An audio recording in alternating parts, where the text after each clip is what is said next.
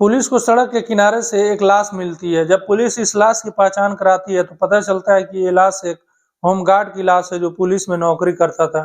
Police इसके लाश को ध्यान से देखती है तो पता चलता है कि इसके सर पर गोली मारी गई है और इसके लाश को फिर अब पुलिस पोस्टमार्टम के लिए भेज देती है और इसके अब कातिल की तलाश शुरू करती है। पुलिस जब इसके कातिल को तलाश कर रही थी तो तकरीबन 5 महीने गुजर जाते हैं और 5 महीने के बाद जो इसका कातिल था, जो होमगार्ड का जिसने कत्ल किया था, वो कातिल पकड़ा जाता है।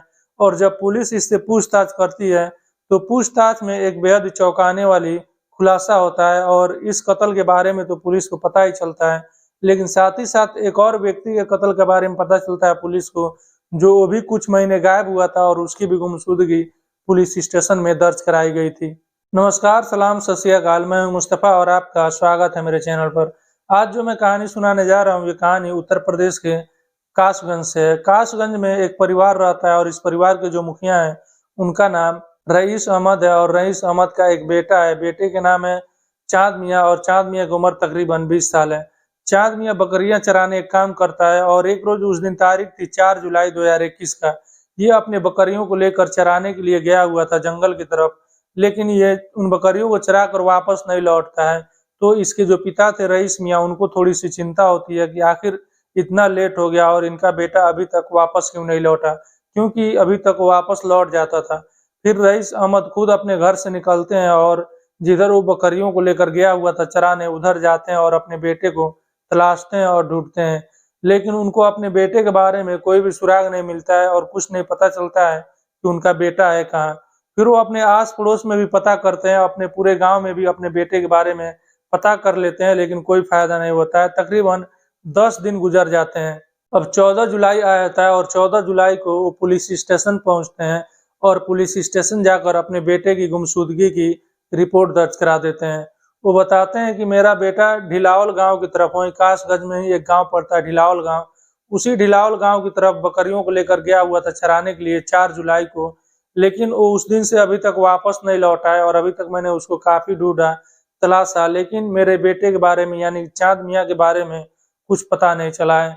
पुलिस ये रिपोर्ट दर्ज करती है और चाँद मियाँ की तलाशी शुरू करती है और तफ्तीश शुरू करती है, लेकिन पुलिस को हाथ नहीं आता है चाँद मियाँ और चाँद मियाँ के बारे में कोई सुराग नहीं मिलती है।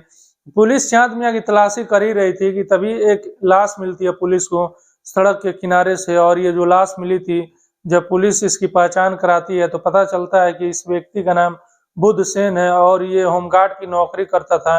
पुलिस में ये व्यक्ति नौकरी करता था। पुलिस देखती है कि इसके सिर में गोली मारी गई है। फिर पुलिस इसके लाश को यानी कि बुद्ध सेन की डेड बॉडी को पोस्टमार्टम के लिए भेज देती है। अब इसके जो कातिल थे उसको ढूंढने लगती है। जिसने बुद्ध सेन का कत्ल किया था उसकी तलाशी शुरू करती है पुलिस। पुलिस अपने मुखबिरों को भी लगाती है, लेकिन कोई फायदा नहीं होता है और जो इसने कत्ल किया था इसका बुद्ध सेन का, उसके बारे में पुलिस को कोई सुराग हाथ नहीं लगता है। जो मुखबिर थे वो अपने काम पर लगे हुए थे और पल पल की खबर पुलिस को दे रहे थे। तभी तकरीबन 5 महीने गुजर जाते हैं और 5 महीने के बाद पुलिस के सामने मुखबिरों द्वारा एक नाम निकलकर सामने आता है और मुखबिर बताते हैं कि साहब एक व्यक्ति है जिसका नाम है मदन लाल, और मदन लाल का दोस्ती इसके साथ बहुत ही गहरी थी और ये अक्सर साथ में होते थे और साथ में ये घर पर भी अक्सर हुआ करते थे। जब पुलिस को मदन लाल के बारे में पता चलता है और मदन लाल का घर उसी गांव में था, ढिलावल गांव में, तो पुलिस मदन लाल को उठा लेती है और उसको पुलिस स्टेशन लाती है और उससे पूछताछ करती है। शुरू में तो मदन लाल इधर उधर की बातें करता है और गुमराह करता है और पुलिस को जो सच्चाई थी वो नहीं बताता है, लेकिन जब पुलिस सख्त होती है तो मदन लाल टूट जाता है और जो पूरी सच्चाई थी और जो पूरी कहानी थी वो पुलिस के सामने रख देता है। मदन लाल बताता है कि साहब मैं और मेरा दोस्त जो बुद्ध सेन है जिसकी मौत हो चुकी है, हम दोनों ने मिलकर एक कत्ल किया था और जिसका हमने कत्ल किया था उसका नाम चाँद मियाँ था। जब पुलिस चाँद मियाँ का नाम सुनती है तो चौंक जाती है, क्योंकि पहले से ही रिपोर्ट दर्ज कराई गई थी वहाँ पुलिस स्टेशन में और चाँद मियाँ को पुलिस तलाश रही थी। जब ये पता चलता है कि चाँद मियाँ का कत्ल हो गया है तो अब वजह पूछती है कि पुलिस की आखिर तुम दोनों ने, बुद्ध सेन ने और तुमने मिलकर चाँद मियाँ का क्यों कत्ल किया। फिर ये बताता है कि साहब जो चाँद मियाँ है वो मेरी बेटी से प्यार करता था और उससे अक्सर मिला करता था। मैं चाँद मियाँ को काफी समझाया, काफी उसको डांटा भी, धमकाया भी, लेकिन चाँद मियाँ नहीं मान रहा था। मदन लाल बताता है कि साहब मैं उसके साथ मैंने मारपीट भी किया था, लेकिन चाँद मियाँ के ऊपर तो प्रेम का भूत सवार था और कितना भी उसको मैंने मारा पीटा, लेकिन वो नहीं मान रहा था और मेरी बेटी से वो बातें कर ही जा रहा था और उससे मिल ही जा रहा था। मैं काफ़ी परेशान हो चुका था और मैं चाँद मियाँ से छुटकारा पाना चाहता था और मेरे दिमाग में अब उसका कत्ल करने के बारे में आइडिया आने लगे थे। मदन लाल बताता है कि फिर मैंने सोचा उसका कत्ल कर देता हूँ और इसके लिए मैंने अपने दोस्त बुधसेन को अपने साथ मिलाया और उससे मैंने बताया कि मुझे एक कत्ल करना है और उस लड़के का नाम चाँद मियाँ है और वो मेरी बेटी से बातें करता है और प्यार करता है। मैं उसको समझा कर और मार पीट करके भी मैं थक गया हूँ, लेकिन चाँद मियाँ नहीं मान रहा है। फिर मदन लाल बताता है कि मेरा दोस्त जो होमगार्ड था बुधसेन, वो भी तैयार हो जाता है और वो भी कह देता है कि ठीक है, चलो हम दोनों मिलकर चाँद मियाँ का कत्ल कर देते हैं। और फिर हम लोग मौके की तलाश में लग जाते हैं कि कब मौका मिले कि हम लोग चाँद मियाँ का कत्ल करें। हम लोगों को मौका मिलता है 4 जुलाई को और 4 जुलाई के दिन वो अपने बकरियों को लेकर चराने के लिए जा रहा था। हमारे ही गाँव से ढिलावल से वो गुज़र रहा था। मदन लाल बताता है कि तभी मैं चाँद मियाँ से बात किया और उसके अपने बातों में बहका लिया और उसको बहका कर मैं एक नदी के किनारे ले गया। वहीं एक नदी है कासगंज में, काली नदी। उसी काली नदी के किनारे ले जाकर हम दोनों ने मिलकर उसके सर पर पत्थर से काफ़ी वार किए। उसका सर हमने कुचल दिया। जब उसकी मौत हो गई तो उसके लाश को हमने उसी काली नदी में बहा दिया और वहाँ से अपने-अपने घर चले गए। कुछ दिन गुज़रा और कुछ दिन गुज़रने के बाद जो मेरा दोस्त था बुधसेन, उसका अब मेरा घर आना-जाना ज़्यादा हो जाता है और वो अब हमेशा मेरे घर पहुँच जाता और मेरे घर रहने लगता और अपना समय ज़्यादातर मेरे घर ही बिता रहा था। इसी दौरान उसकी नज़र मेरी पत्नी पर पड़ती है और वो अब मेरी पत्नी को ब्लैकमेल करने लगता है और वो धमकाने लगता है और वो कहने लगता है कि अगर तुम मुझसे नहीं मिलोगी, मुझसे बातें नहीं करोगी, तो हमने जो कत्ल किया है हम दोनों ने मिलकर एक लड़के का जिसका नाम चाँद मियाँ है, ये राज मैं दुनिया के सामने रख दूँगा और मैं ये राज खोल दूँगा और तुम लोग पकड़े जाओगे।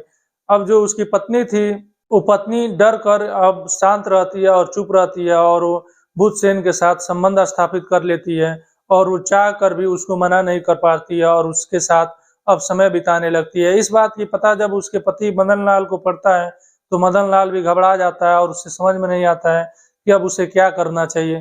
फिर मदन लाल अपने दोस्त बुधसेन से भी बात करता है कि वो ऐसा ना करे, वो हमारा जिगरी दोस्त है, हमारे घर आता-जाता है, लेकिन और बुधसेन नहीं मानता है और वो कहता है कि तुम अपने घर आने से मुझे रोकोगे, तो मैं ये बात दुनिया के सामने ज़ाहिर कर दूँगा और दुनिया के सामने मैं बता दूँगा कि तुमने चाँद मियाँ का कत्ल किया है। अब जो मदन लाल है वो घबरा जाता है, वो चाह कर भी उसको अपने घर से नहीं भगा पाता, उसको नहीं रोक पाता।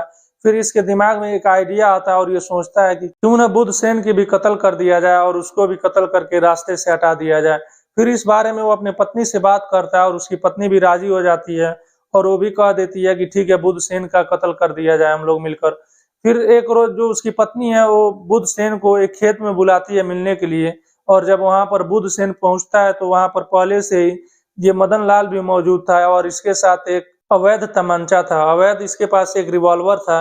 और जब वो बुधसेन वहाँ पर पहुँचा तो वहाँ पर इसने उसके सिर में गोली मारी और उसकी जब मौत हो गई तो उसकी लाश को लाकर ये लोग एक सड़क के किनारे फेंक दिया और ये अपने घर चले गए।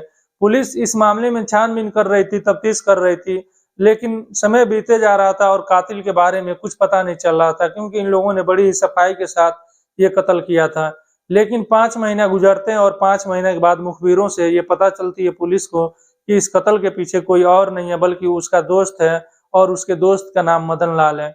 मदन लाल ने तो जो पहली कत्ल किया था वो अपने दोस्त के साथ ही मिलकर कत्ल किया था चाँद मियाँ का, लेकिन इसका दोस्त इसको ब्लैकमेल करने लगा था और इसको धोखा दे चुका था दोस्त इसका और इसको धमकाने लगा था कि अगर वो अपने घर आने से रोकेगा, उसकी पत्नी से मिलने से रोकेगा, तो जो उसने चाँद मियाँ का कत्ल किया है वो दुनिया के सामने रख देगा और फिर तुम पकड़े जाओगे। यही डर की वजह से जो मदन लाल था वो कुछ दिन चुप रहा और जब पानी सर से ऊपर हो गया तो फिर उसने अपने दोस्त का भी कत्ल करने का प्लान बनाया और कत्ल कर दिया। दोस्तों ये थी आज की कहानी, आपको कैसी लगी कमेंट बॉक्स में ज़रूर बताइएगा और आपसे रिक्वेस्ट है कि मेरी वीडियो लाइक कीजिए और चैनल को सब्सक्राइब करना मत भूलिएगा।